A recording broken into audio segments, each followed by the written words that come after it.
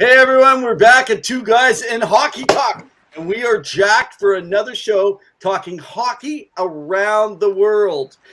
So before we go ahead and introduce our guest here today, of course you guys know our famous Pavel, as we call him, the Cat, not because he has Felix's reflexes, but because he believes he is an insider. Pavel, how you doing, bud? I'm doing well. I'm a little sick under the weather, so I'm going to try to push through it. But I was excited for our guest to come on. Howie, how you doing? I'm doing really good. Thanks, Pavel. Yeah, really good to be here, you guys. That was quite a starting, that montage of all those hits. That was pretty impressive. Wait. Sorry, I was going to say, one of the things we try to do is, because we add in hockey of all sorts, NCAA. If you got some really good, got some good moves, good scoring, good goaltending from anything from the Pandas team, man, we'd love to have it. So why don't you go ahead and introduce our guest a little bit more in detail and a little bit about Howie's background. Awesome. So just make sure you have your bevy. Howie, I don't know if you have a beverage. No, I didn't even think of that, guys. Oh, that's okay. That's okay. I believe that's a smart coach. I think that's a smart answer if your GM is listening. I believe you just said you just got out of a team meeting, so hopefully you weren't drinking. Right. So thank you for coming on the show. I know it took a bit to get you on, and we connected through a mutual friend that I have. Darren, shout out to him for connecting us. Appreciate that. And we ask every guest that comes on the show, what brought your passion about for hockey? Was there a moment in your time where you fell in love with the game? Yeah. I think, well, I'll start off by saying I loved watching hockey when I was a kid. And I don't know if it was as much the game itself, but, some of the things that you've just shown in your introduction there, the hits and the excitement and just the sounds and, I'll say it, the smells of the rink and all of that stuff really helped to build my passion for it. But I think when I really started to appreciate the game at a higher level was when I eventually came to the University of Alberta and played for the Golden Bears here at the U of A and under Claire Drake and Bill Moores. I just and played with all the guys that kind of went through the leadership group with the Golden Bears. I think what I really started to, that's a great shot. If I could just interrupt you, Howie, yeah. You look like the kind of hockey player that scores a hat trick and apologizes to the goalie. No, that's not me. I'm the guy apologizing. I was a defenseman, so I was usually apologizing for screwing up and giving away a puck or something that ended up in the back of the net. But and I certainly didn't score a lot of goals. I was knocked out a few times. Oh boy! But but anyway, it was that time with the Golden Bears and just really immersing myself in that culture. It was an outstanding 5 years, and that's probably what really lit my fire. Wow, cool. That's good. So everyone, we have Howie Draper, head coach of the University of Alberta Pandas women's hockey team in Edmonton, Canada. I just want to give a shout out last week. So, of course, we always know Alberta, you guys kind of top the list of our followers and fans following. Ontario, hats off to you guys for staying up late. And, hey, a big shout out over to Florida, Nevada, and New York State. You guys are awesome. And I was shocked, Australia. And I have no idea why you'd be watching us last week from Australia, because I believe it was you guys were sleeping while we were talking, but you must have joined in later. But again, thanks for hanging out with us. Well, let me just go back for a moment if I can. I was just starting with some of the pictures. Maybe you can talk a little bit for a moment here about this. So I believe how this the is heck did you get that picture, you guys? Jeez, that's next level. Sorry, what was the question? I just maybe comment on the picture. Tell us a little bit about this. That was our the rink that was 2 blocks away from my house that I, like most Canadian kids, you spent every night there after school. And that was probably my second year of hockey right there. Okay. Now, is this the same rink or a different rink? Yeah, no, same rink. Victor Paquin, I admired him. He was such a great little hockey player. He was the kid that scored all the goals. That's actually my dad standing beside him. He helped coach. Oh, that's so cool. Yeah. That's so cool. Okay, we got another one here. This is my first year that I actually had to try out for a team. This was my Pee-wee year. And you can see by the smile on my face, I think I surprised myself that I actually made the team. You seem like a very happy hockey player, something that Brian Burke would not enjoy at all, right? Right. I don't think he could play for one of his teams. Hey, hockey has to be fun, right? And it's certainly been a lot of fun for me. Okay, here's one more. Yeah, this one, I was with the Bears this year. We represented Canada in Czechoslovakia, it was at the time, for the FISU Games, the World Universiade Winter Games. Sweet. That's amazing. Okay, so you were named head coach of the women's hockey program back in September 1997. That is amazing. So maybe tell us how you got. Now you talked about playing, but how did you get actually into coaching? Well, I mean, it's got a very long advanced story. I won't get into all that, but I ended up back at the U of A, just looking for a little bit of a change. I was never really one of those guys that saw coaching as something I would do for a career. But I came back to the university and worked here for a year. Just shortly after that, they decided that they were going to start a women's hockey program, and that U Sports was going to embrace female hockey and bring it into the fold.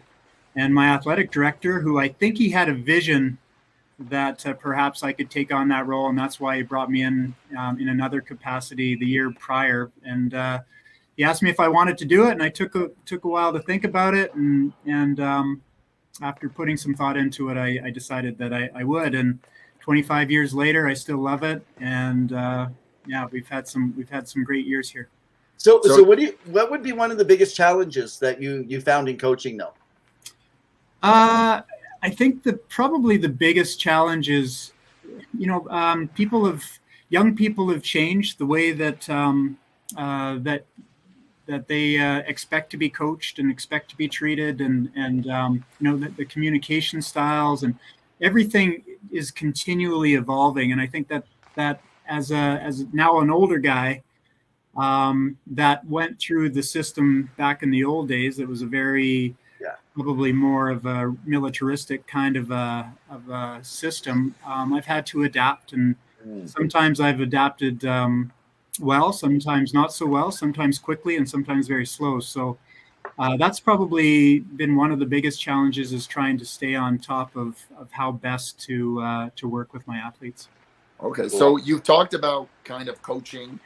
Could you tell our audience kind of what the prep is like for going into it? Like, how do you make in-game decisions? Do you have other assistant coaches that you work with, whether it's on the penalty kill or power play? Mm-hmm. And what kind of goes into setting up lines, things like that? Like, take us a look at the inside.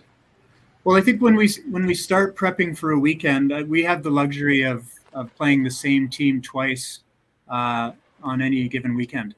So, and of course, everybody has access to video nowadays. So the first thing that we do is we watch video, and all of the coaches play a part in that, and looking at various aspects of our game, because we all share varying responsibilities on our team. And then we bring them to the war room, and we discuss what we need to do to play best against an upcoming opponent. So that's where we start. We create some video and edit some video, and we share that with our players, and then we go through the week trying to create an environment that's conducive for helping them be successful on the weekend. In terms of lines, and we've got a number of players that don't play every weekend, and we do our best to try and get them in to help them develop, because it's not like we can just move them down to the minors or we make commitments to these young ladies, so we want to do our best to help them develop during their time with us. So we try and work them into the lineup, but we're also conscious of the fact that certain teams that we'll play against require a certain skill set. So we'll set up our lines and build our roster based on what we think might help against a given opponent best.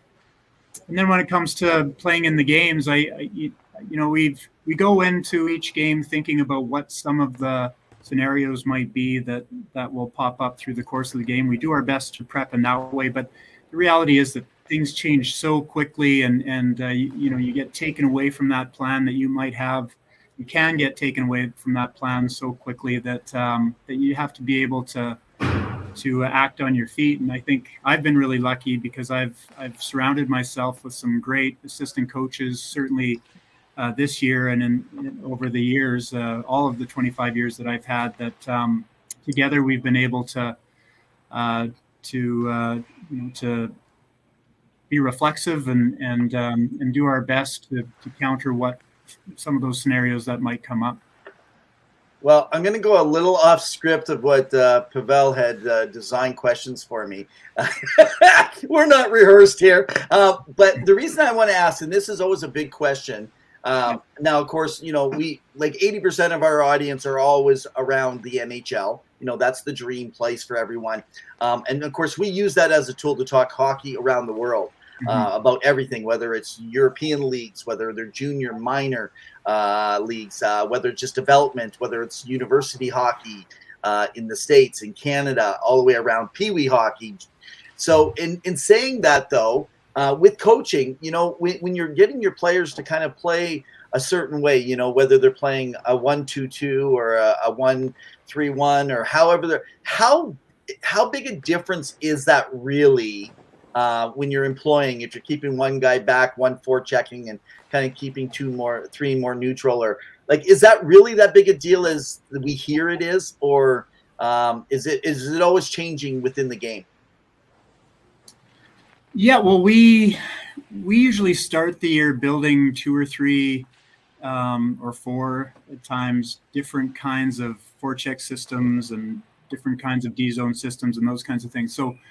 So that we have the tools necessary if we do feel we have to change them, because the reality is sometimes those systems work very well when you're playing against a given opponent. Sometimes, you can really work a pressure forecheck really well on one given night with your team, and sometimes it just doesn't work on the next night. So you have to be able to, again, be able to adjust what you're doing. So that's why we have a number of different systems. But I think that probably the most important thing for us, and what I learned from Claire Drake as I was coming through the Golden Bear hockey program, is you come in with a little bit of a team identity, and you try and stick to that team identity. So our identity is we like to play a very pressureful game where we're in your face all the time, and we try and stick to that as long as we can, because that's what we hang our coat on, so to speak. So again, you have to have something that you can fall back to if things aren't working for you, but you want to play within your identity as best as you can. You got to excuse my co-host. Every week he's got camera problems. I don't know. I don't know if it's the cats in his house or what it is. Yeah. Hey, Evan, can I just take this second to say I played in Australia for a year. I don't know if you knew that. I was a player in Australia. Yeah, tell us about that. It was a great experience. I mean, I wasn't going to Europe because I wasn't that good of a hockey player. A lot of guys at a university will go on and play in Europe, particularly the guys with the offensive skill, that really stand out. I wasn't a real standout, so I was looking for other opportunities, and I knew of a Golden Bear alumni, a couple that were actually there, and I contacted them to see if I could come and play. So I went to Australia. I worked a full-time job, but I got to play with a bunch of guys that a lot of ex-Canadians, but also a lot of Aussies, and they just loved the game, and I loved hanging out with them, and it was probably one of the best experiences of my life. So cool. How was the ice in Australia? How was the ice? It wasn't too bad, actually, although here's an interesting story. So, I've got a bunch of stories. It was just so weird, right? Because nobody knows there's hockey in Australia. People actually, I didn't either. Yeah. But this one arena that we played in, hockey was like 4th down on the totem pole next to public skating. It was in a mall. So public skating took priority, and then figure skating, and then short track speed skating, and then hockey. And we actually had to pay in order to play every night when we came through the doors. So that's how important.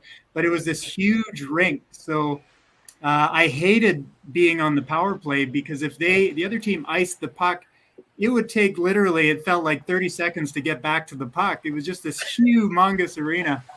But anyway, that was just one of the stories. It was a lot of fun. That's really cool. That sounds like an amazing in a mall. Yeah, sounds like West Ed from Yeah, the viewers. yes, Bobby exactly. Yeah, but Bobby Joe also says here, she goes, this is where she gets her hockey knowledge. We know it's because of guys like you, Howie, coming on to help us with that. No.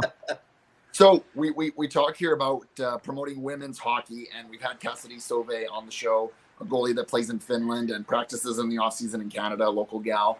She's actually signed with the Buffalo Beauts this year. She's playing with the Buffalo Beauts, yeah. Oh, great. And we know it's an untapped market. How do we go about promoting women's hockey more? And what do we got to do? Like whether you're in Edmonton or somewhere outside of Canada or somewhere else?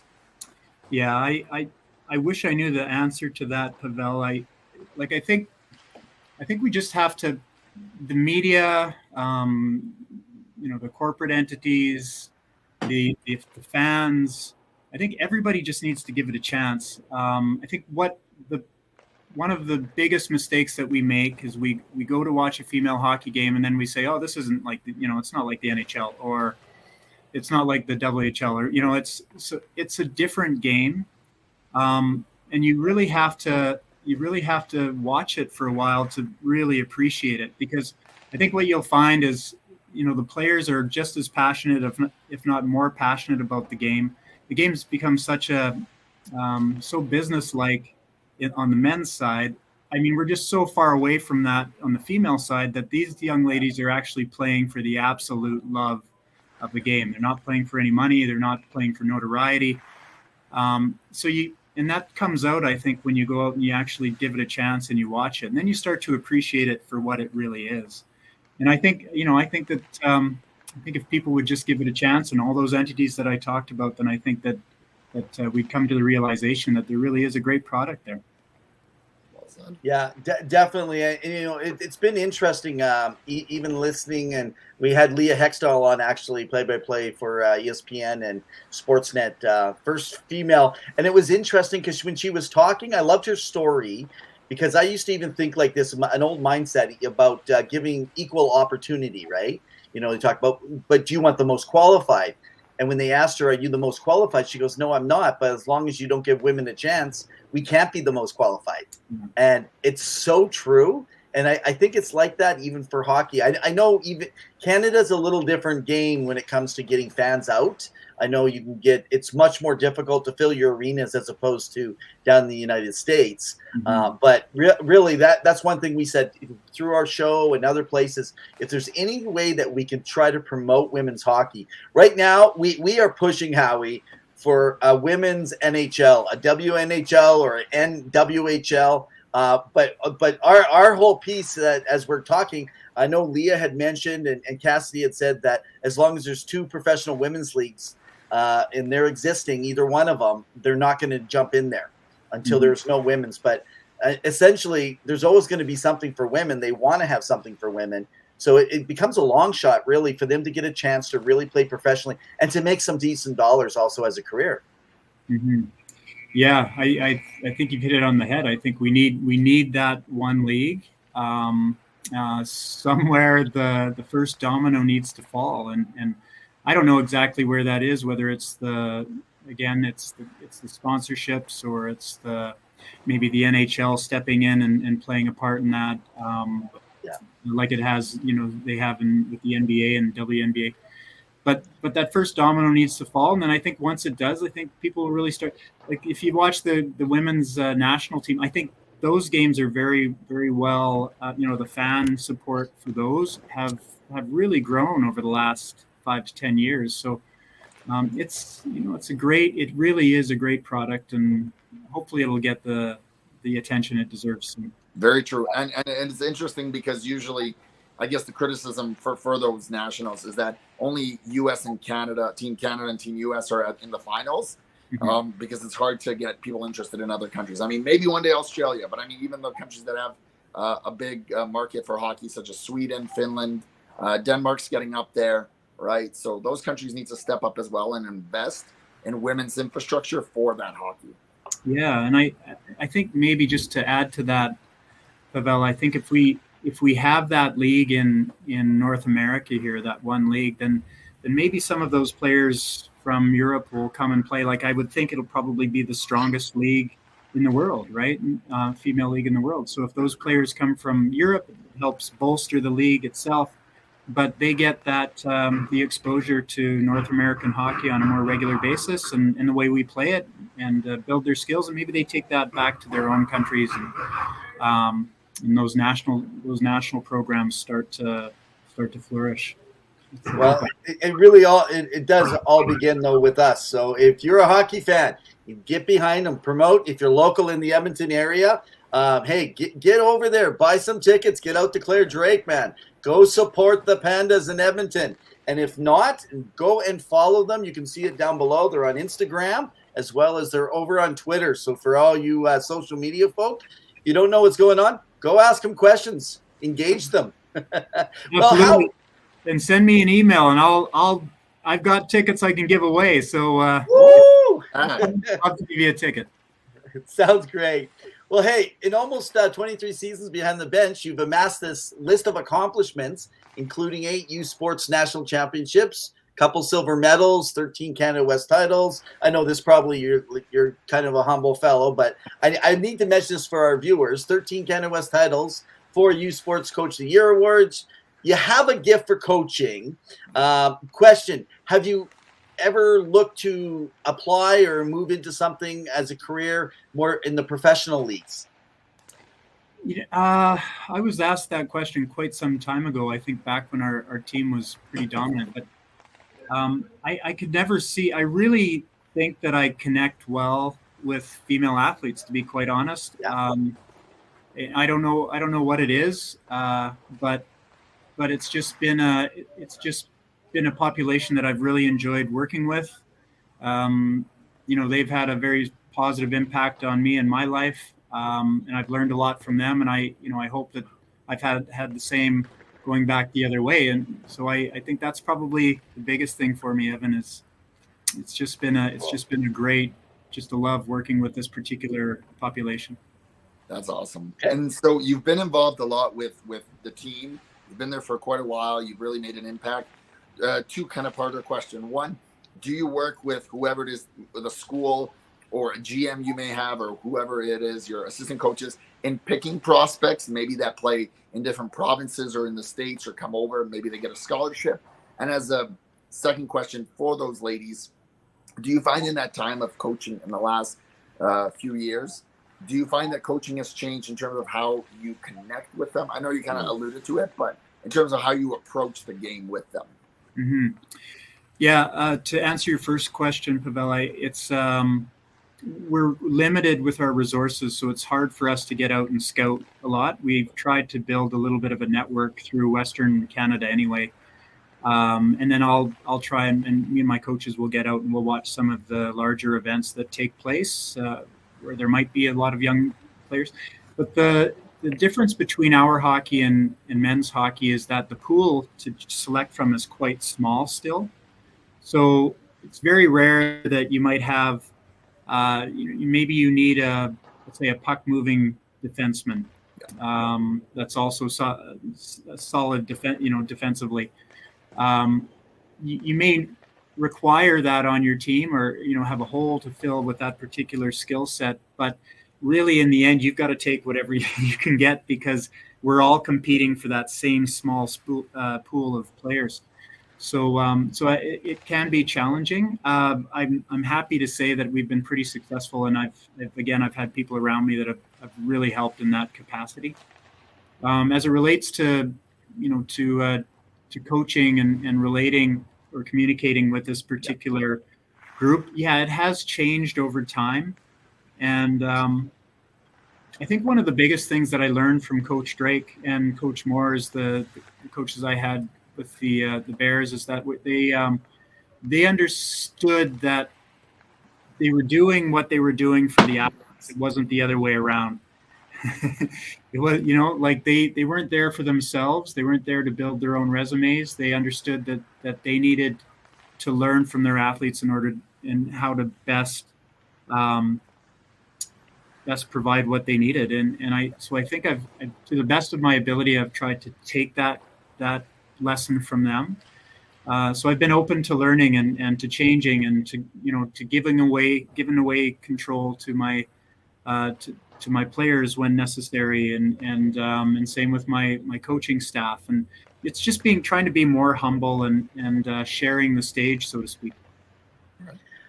All right. Well, you were an assistant coach, I believe, for the Canadian national women's hockey team. You were joined also Team Canada for the Four Nations Cup in Sweden, helping them to a silver medal that year. Tell us that experience. Well, it was a great experience. I think I've been fortunate enough to be with the U18 program for 4 years as well as the head coach. And the thing I find that's great about Hockey Canada is, so Gina Kingsbury, Mel Davidson before her, they have this uncanny ability to bring in people that are, just have a very strong sense and understanding of the game. They've got lots of great ideas. So it really becomes this think tank almost where we all get to share ideas about culture, about leadership, about on ice, the system play, how to teach the system, all of that stuff. So the best experience for me has been learning from some of those other coaches and the players that are at that level. So when I was with the senior team, I had the opportunity to work under Laura Schuler, who's spent a significant amount of time in the NCAA, and she was also a player with the national team. With Dwayne Gallowaychuk, who's was an outstanding. He's from Winnipeg. I see. Sounds like you know him. Yeah. Just some great coaches, and I always come back to my team with a whole bunch of new ideas that I feel like it's helped make our team better. So nice. Sweet. So you said you still play, or when you played back in the day, you were a defenseman. Do you still partake in any alumni events? I mean, I know you got to skate every day with the girls, and you got to get out there and show them drills, or maybe you're blowing the whistle and you're making them do runs back and forth. But yeah, no, I haven't had the luxury of being able to play a lot. There's a couple of groups that I've played with over the years. Not as frequently as I would like to, but there's a whole bunch of alums that get together here and on our ice, on Claire Drake Arena ice, every Saturday morning. So maybe I'll get out with them 2 or 3 times a year, and that's about it. Unfortunately, Pavel, I think that's my retirement thing. When I retire, I'm going to try and get back into actually playing the game a little bit more and enjoying it that way. So before we go into maybe a last question or two here, I just have a question just to get your thoughts or your opinions. A lot of people, of course, again, as I mentioned, they're all NHL focused, and they're always talking about fire the coach, fire the GM. You get it's so different than what you're dealing with when you're talking about decades, right? Spending in one place, and and I'm always concerned. The coach is always the fall guy. But you see, like, if we look at Bruce Boudreau, right, he goes into Vancouver. They have this winning streak, starts the season. There's already talk right now that the plan is not to do much of anything. Wait, he's going to look bad. They'll let him go, get the next guy ready for next year, and get a little bit of streak, plus get a good draft pick in the end. How different do you really believe? I know locally in Edmonton, Jay Woodcroft came in, did a great job after Tippett, but Tippett was a phenomenal coach himself. Mm-hmm. How different is that, and is it a psychological thing with the players, or what's your opinion at that professional level? Well, it's a very good question, Evan. I wish I had a very good answer for you, but it's for me, it's a completely different crew that I'm working with. Like, I'm working with student athletes that they're here to play hockey, and they love the game, and they want to be the best they can be in the game, but they're also here to learn, to find a career down the road eventually, and to spend time academically here. So the difference between what we do and what NHL coaches do is they have to win. They've got that pressure. If they don't win, as you've said, then it's very likely they're not going to have that job for too long. For us, winning isn't the only thing.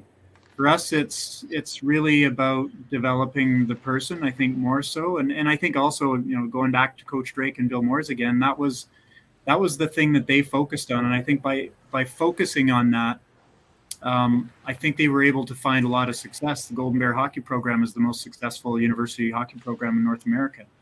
And the reason it is because I think the culture that they drove was one of they really truly wanted to help young people grow into positive contributors in their communities, and I think when you do that, then you automatically have the players' respect, and I think they're more likely to want to play for you. So I think with this rotating coach reality in the NHL is that coaches will come in and they'll have a brief impact.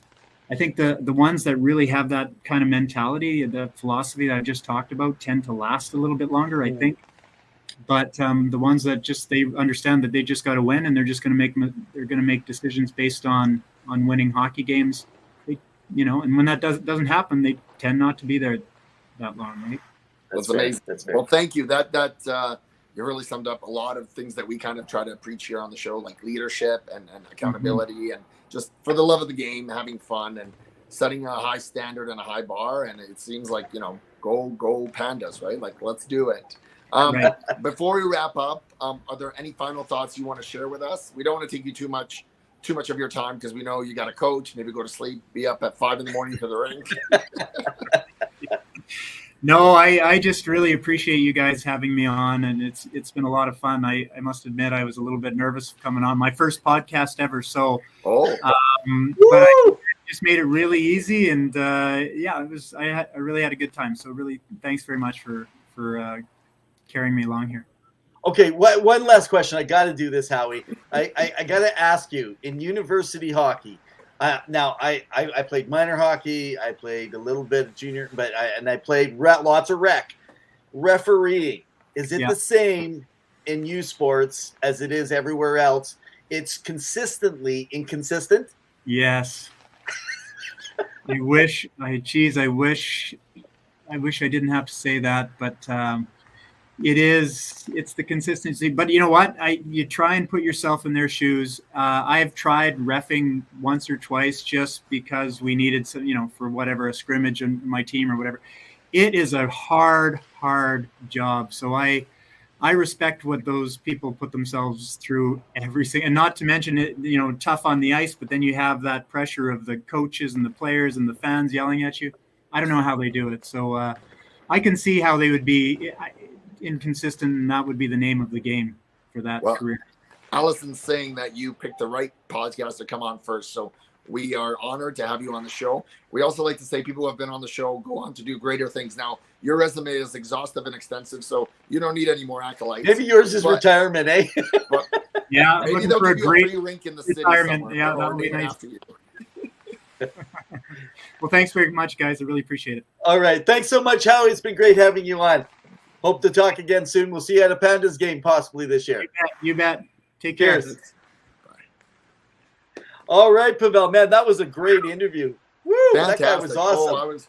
I hope you guys enjoyed that, because Howie was wonderful. That's some good insight in terms of not only how college and or university hockey works, but also just kind of the mindset you have to have behind the bench, right? Because you see the game from a different way than players do when they're on the ice. But being a player also helps that vision. So what are your thoughts, Evan? Well, hey, and I didn't even get a chance. We were so busy asking questions with Howie. One of the things that I didn't even get a chance to let you guys know, he got nominated into the Edmonton Hall of Fame, Sports Hall of Fame, as a sports builder. So, hey, congrats, Howie, if you see a little bit of this afterwards, man. Great work. Love what you're doing. Pavel, maybe we need to do a show live from there one day. That would be an interesting one. Be super beautiful. Yeah. Yeah, that would be a blast. So, hey, guys, okay, so let's catch you up on a little bit of news that's going on around the NHL. So this past week, you see behind us, the Edmonton Oilers. Actually, you know what? Before I do that, let me just mention, we haven't given some of the information we need to. Guys, you can follow us every Wednesday, 7 p.m. live right here. You can still follow. We are on Facebook, Twitter, on YouTube channel. Follow us, subscribe, like, share. We need you. You are the ones that make the difference. Thank you from coming from all over Europe, some parts, Australia. Different states. You guys keep packing it in. California tonight, you're whipping it up. Hey, thanks for following. I know you guys got some great programs down there. and hockey has taken off. Like men's hockey was not much only through like say 25 years ago, right? Things have changed in the sport. So anyway, also thanks to the Sports Empire Network. They are our partner. They get us on to you in this special platform. Thank you to them. And big news from the Sports Empire Network. We've gone live on the Tiki channel live, which means you can follow on Amazon, Roku channel, and on Apple TV. So, hey guys, thanks so much. Woo! All right. Sounds all good. right. Okay, so let's go back. We want to talk about why don't you give all the viewers an update on what's about the Evander Kane situation last night, and then I have something on the post part of that I want to talk about. For sure. So last night, the Edmonton Oilers faced off in Tampa Bay. Sean Fiery may have been at the game, who's a fellow friend of the show and has been on the podcast. And I guess from a kind of an awkward fall with another player, as he fell down, Maroon was coming by trying to dig out the puck. And accidentally, and I mean that accidentally, cut Evander Kane's wrist to the point where it got to the artery. As soon as that happened, whistle was blown down. Evander got up, was holding his wrist, got off the bench, and as Gene Principe was indicating, was yelling, "Help, help, help." He got to the hospital. He's in stable condition. He's going to be out to 3 to 4 months, as noted. So the Oilers are going to bring somebody else up. That's a big loss for the Edmonton Oilers for that big winger. But it wasn't intentional, wasn't bad. And we wish Evander Kane a speedy recovery. You never want to see that. A similar situation that happened a couple of years ago was Ilya Mikheyev, who's now in Vancouver, but he was in Toronto. It takes a while. Thank goodness he's okay. There was a lot of blood on the ice. You know, it is what it is. This is such a fast and hard and intense sport, as Howie kind of alluded to it. You never want to see anyone get injured like that. What did you want to share? Well, and it's interesting. I saw today on Twitter some people mentioning some of these arenas need to rethink where the bench is for some of these hockey players, because you need to be as close to be able to get to the medical help as possible, like to your dressing room. This whole thing of the boards and the players sitting opposite on the other side is not a good thing. So, hey, but what I want to mention is I'm appalled today by some fans. I'm not even going to call them fans. I'm going to call them trolls. You guys are a bunch of trolls. And you know what you are? You're a bunch of – now, I don't care how you feel about Evander Kane, the old thing of the rumors and the stuff of Anna Kane. Guys, we have our own takes on it. I'm not telling you you're wrong. You can tell me you're wrong all you want, but I got this platform, and I'm telling you you're wrong. Let me give you an example. Right here on Twitter, just last night, all smiles. Anna Kane, the former wife that calls him a domestic abuser, he gets his wrist cut open, and she has the audacity to post only smiles over here, and no, this is not mistaken at all. And a whole bunch of other trolls, hockey trolls, get on there, and they want to go on. And hey guys, I understand between Edmonton and Calgary, you got your differences. But hats off to a lot of you Calgary fans standing up that actually are true fans of the game. Yeah. Nobody wants her. I don't care, my worst player.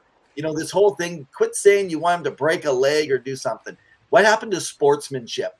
By the way, that was my rant for today. I'm just sick of people like that. And you know what? If you annoy me on Twitter, I will say something. I don't really care. Maybe Elon Musk is I don't know, maybe I'll get verified if I pay $8.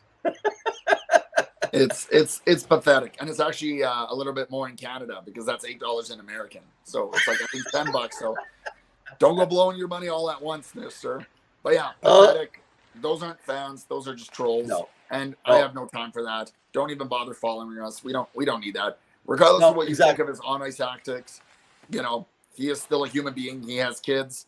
He has a wife or a partner, and he wants to play the game. Absolutely. On a positive note, or are you done? Because I wanted to bring. No, go ahead. I'm done my rant, man. All right. So on a positive note, we discussed a little bit about the selling of the Ottawa Senators. Yes. Now, in the last game at the building at the Canada Tire Center, Ryan Reynolds was in attendance and he got a standing ovation. Now he's made it clear. I believe he was on Jimmy Kimmel. Yes, he was on Jimmy Kimmel. I did not have time to upload it. I was going to show everybody the video. He has stated that he is interested, but he's looking for partnership. Yes. He's looking for a partnership. So now let the speculation begin. Mark Cuban, where are you? Maybe that would be a good partnership. Seeing Ryan Reynolds come together with Mark Cuban on a. I don't even know if that would work. Does the one daughter stay in and work with the group that's I think local they both owners? want out, and I think from what reports are being said, it could be a value of close to $900 million, if not close to $1 billion. That's how much this franchise is worth. Now, Eugene Melnick, for all his troubles and intense background, and say what you want about the guy, he took that franchise and made it somewhat lucrative, and it's become pretty good. Now, the team itself is struggling a little bit, so maybe you want to chat about that quickly. One thought, Evan. But I mean, I can't tell you I didn't tell you so, everyone. I know that, like, it's just like, okay, you gotta rub it in. The team doesn't have a goalie yet. They lost Talbot, man. That was their hope early on. You got to solidify. And Forsberg. And Forsberg was really a third. He was a second backup to me. No offense to Forsberg and his skill sets. I didn't consider him. Yeah, and that's fine. I think during the pandemic we saw him how valuable he was by the fact he got tossed around from team to team to team. That's just my opinion, and it may mean nothing to you. However, their defense was not deep enough. We're working right now with Sens Nation. We might have a show where we can bring on some other folks from Ottawa besides Kevin Francis. By the way, if you want to follow everything on Sens Nation and check on what's happening, ownership, hear anything, if it gets released, follow Kevin Francis, one of our former guests. Check out our podcast a couple of weeks ago. Follow him on Hockey Buzz. Now, his Twitter handle, I don't have it handy. It's really confusing. Kevin, you got to get a simpler Twitter handle because it's Kevin Francis 0554231 or something. It's like you gave a fake phone number, man. But hey, good. Good. But anyway, I think they're hurting because of the defense. They're not deep enough. And I think they're hurting. And so what's happening is the forwards are playing too much time back in their own end. The team has skill. They have the ability to pull out of it. But I'm going to jump on the Kevin Francis bandwagon of his feeling on DJ. I do not think he is the right coach for this. But let me just say, I still think the ownership is not looking to win this year. There is this year hockey draft in 2023 is said to be comparable potentially to the 2015 draft with Connor McDavid. That's a deep draft, folks. Really, really deep draft, and some incredible possible generational or franchise players to come out of there. And we'll touch in on my top 15 in just a bit. Anyway, hey, Chris Neal, the 17th. You knew about this today? Did you hear? No. So they are putting him into the Hall of Fame. Yeah. The Ottawa Senators Hall of Fame. So he's going to be going in. Hey, hats off. That guy worked his butt off. He was an excellent Senator during his playing days. So it's nice to see them finding other reasons to celebrate this season. You know, every team should have their own Hall of Fame. I think. I mean, I agree. Recently, with Ryan Smith, one of my favorite players of all time, man. Yeah. And Lee, how do you pronounce his last name? Fogelin, man. Fogelin, come on. Actually, it's funny, Fogelin. So when the Oilers came into Edmonton as the Alberta Oilers, actually that was when I first started following hockey. But I was in British Columbia and I had just heard of them. And one of the very first hockey cards that I ever got in an OPG pack was Lee Fogelin. And I'm like, Lee Fogelin. And all I know is I was playing games with him. And now he is in the Edmonton Oilers Hall of Fame. Congratulations. He gave up his captaincy to Gretzky because, he told the team, come on, guys. We all know who the skilled guy is. But we also know who needs the seed, right? No, congrats to him. It's a big honor, and I applaud that. I think more organizations need to do that. As an aside to Ottawa, I think losing Josh Norris, your possibly number one center, big loss for the season-ending injury. He's done, right? That's a big loss. You don't expect that. That's true too. I forgot totally about that too. Yeah, it's going to be another tough year, but enjoy the development right now in the chemistry of your forwards. Yeah, because this could be a big year if they can sign DeBrincat. So, Evan, you wanted to share a little bit with me about something else that's been burning on your mind. Oh, something else besides my Revs top 15? Your Revs top. Woo, You're baby! revving up. All right, everyone. How you doing out there in Waukee World? I'm wanting to talk a little bit, give you a heads up on my Revs top 15. This week, we talked about Adam Fideli, we talked about Mishkov, we talked about Bedard, but I haven't given you much attention to Zach Benson. Now, early in the season, before it started, I had this put together, and Zach Benson, just so you know, has not been rated higher than 5. Dover Prospects puts him at 5 as the top, but almost everyone else has him 7, 8, and 9. 7, 8, and 9. He is, I believe he's 5'10". He's around 150 plus pounds, so he's got light weight. But let me tell you why I value. Right now, he's scoring at a decent rate. He's expected to get around 32 goals this season, probably around 70 points, playing for the Winnipeg Ice in the Western Hockey League. And that, for those that are not as familiar, in Canada, that is the Canadian Hockey League, which is comprised of the Quebec League, the Western Hockey League, which has North American teams in the Northwest, and also Central Canada, part of the West. And then you have the Ontario itself. Now, in that league, he plays for Winnipeg. Now, Zach is proof that if you have sound positioning and you get your sticks in the lane, you can turn over pucks. You will get scoring chances. He has elite edge on his skates. This guy, I'm telling you the reason I put him there, he has the upper echelon IQ. His hockey IQ, his vision, not just offensively, but defensively, is incredible. So I want to encourage you, go look up some stuff on Zach Benson. If you're able to catch a Winnipeg Ice game, you will see exactly what I'm talking about. I'm tending right now between the 4 and the 5 position, which we'll talk about next week on Yager. Not Yager, but Jaeger. I apologize to Yarmar. Yeah, definitely he is an incredible guy. So definitely keep your eyes open. So, and by the way, Fantilli's 2 points a game NCAA still this year. Connor Bedard is 1 point off right now of he's still lighting it up. He's 1 point away being 2 point a game player. And he is definitely working other positions and playing a lot more defense. Something interesting, and maybe some of you guys out there, since I started following Connor Bedard, he was on wing. This is very interesting. He was a right winger initially, I thought. And I've sent out to Cam Robinson, if you follow anything we do, but I've sent you messages, direct messages. You're not responding. You got all the inside information for elite prospects. I'm asking. I see he's a center now. He's been playing center a lot. That's going to be a difference in his career. I mean, he is playing incredible. I'd just like to know, did he make that switch, or was I misled? So anyway, we'll have to follow up. I do want to shout out to the city of Winnipeg for treating me, Jordan, who's been on the show before as a guest, and some other friends of ours went to a Winnipeg game versus the Chicago Blackhawks. The Canada Life Center is really nice. Yeah, beautiful. Got to see the Dave Howardchuk statue.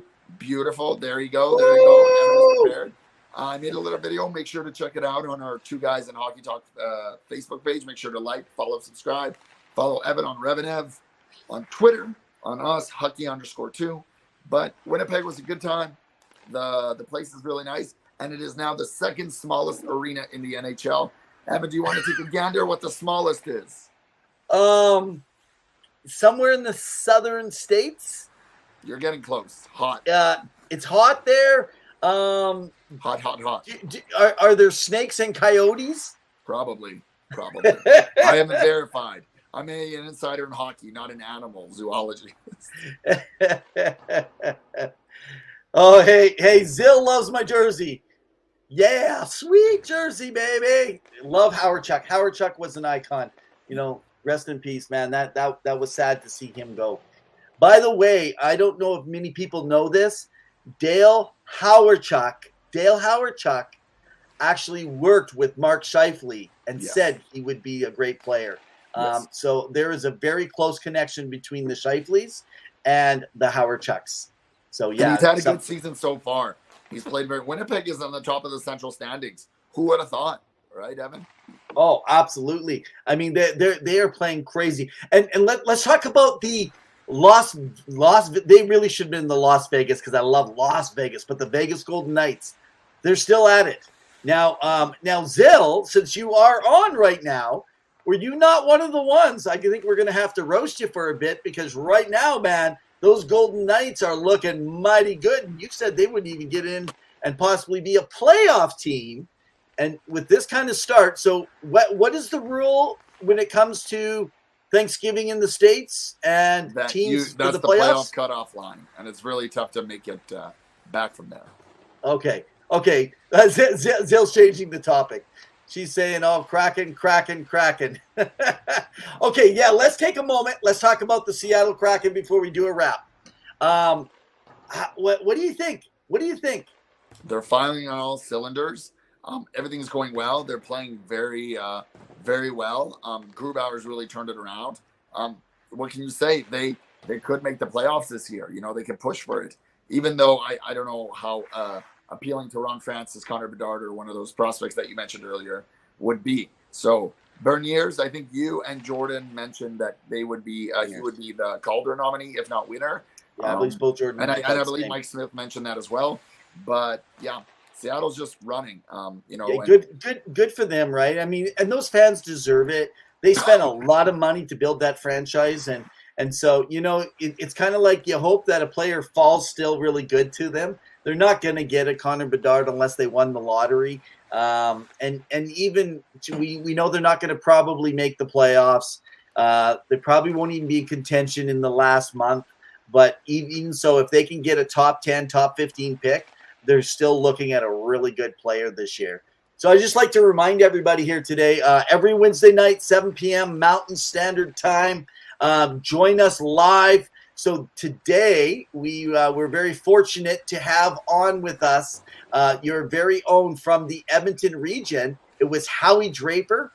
He has 6 national championships with the women's program at the University of Alberta in Edmonton, Canada. Wonderful interview. It was awesome. Make sure you go back, check the show, as well as follow us. Now, also the other exciting news that we got today was that over at the Sports Empire Network, they have joined with Tiki Live TV channel, which means that you can now begin to follow everything with the Sports Network, which includes us as a partner over on Amazon, Roku TV, and Apple TV.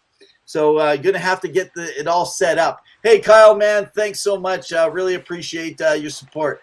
Go Bruins! Oh, yeah, Bruins. My God. Okay, before we end the show, we got to talk about what happened with Boston. Oh yeah, go ahead. I'll let you. Oh, begin. Okay. Set us up, and I can rant. Okay. Well, you're going to rant about it? No, you can rant. With Mitchell. So they bring in a player. They sign a player that already was rejected. They decide to sign this player as a free agent, bring them into the mold.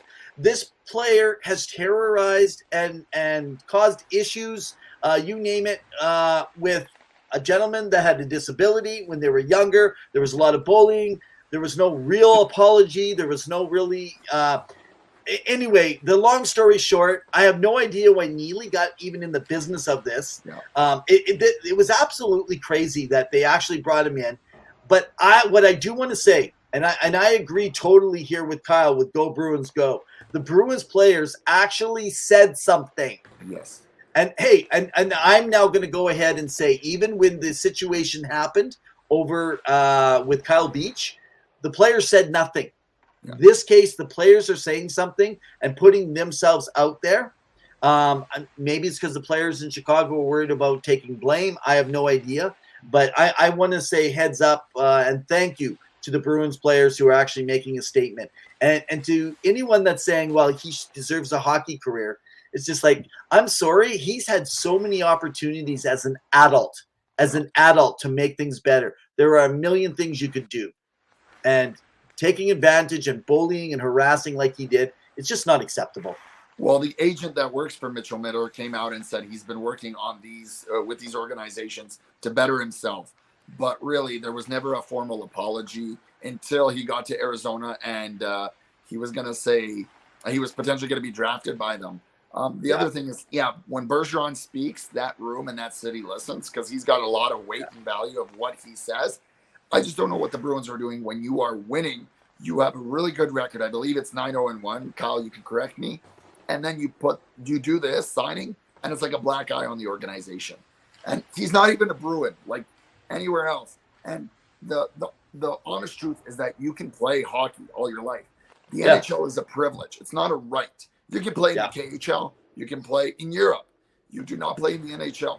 You have to be exemplary athletes. So I'm losing my voice. Yeah, which means I think it's ready to give it a wrap, everyone. Yes. Again, you can follow us. Hey, oh, by the way, look at this. Zill has Roku TV. Well, hopefully you can catch us on there. Kyle has also corrected you and said 11-2. But hey, man, you were asked to correct him. And we love it when people correct my partner here. Yes. He may be the insider, but tonight, Kyle's the insider on the Bruins record. Kyle, we got to talk. We can switch so I can take a week vacation off. Sounds wonderful, guys. All right, everyone, make sure you subscribe on our YouTube channel. Follow us on Twitter and Facebook. Share, like, get involved. We love you guys. We love what you do. Thank you again to our partnership with Sports Empire Network. You guys are beautiful. We appreciate for all your sports outside of hockey. Go ahead, because we're the only hockey component, at least at this time, till the competition starts roaring in over at Sports Network. But anyway, at Sports Empire Network, Sports Network. Everyone's going to think I'm saying Sportsnet Canada. Yeah, definitely give them a follow, man. Whether it's, you talk football, you talk baseball, you talk wrestling, you talk football in the NFL right now. Man, these guys have podcasts coming out the yin yang right now. These guys have some incredible stuff, some great things happening. Check them out over at the Sports Empire Network. Well, Pavel, last thought? No, it's been a great show. Thank you to Howie again for coming on the show. Evan, as always, it's been a treat hosting the show with you, co-hosting and learning that you know something about hockey. Sometimes, but in the meantime and in between time, keep your sticks on the ice. Stay safe, everyone. Take care.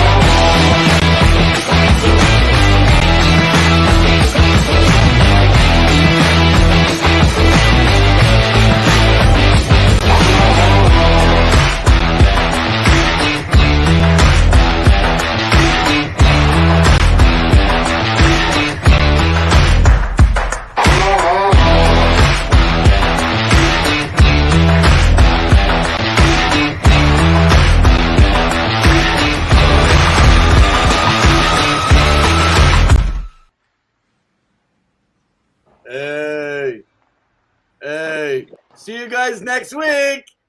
I had to catch Pavel off guard.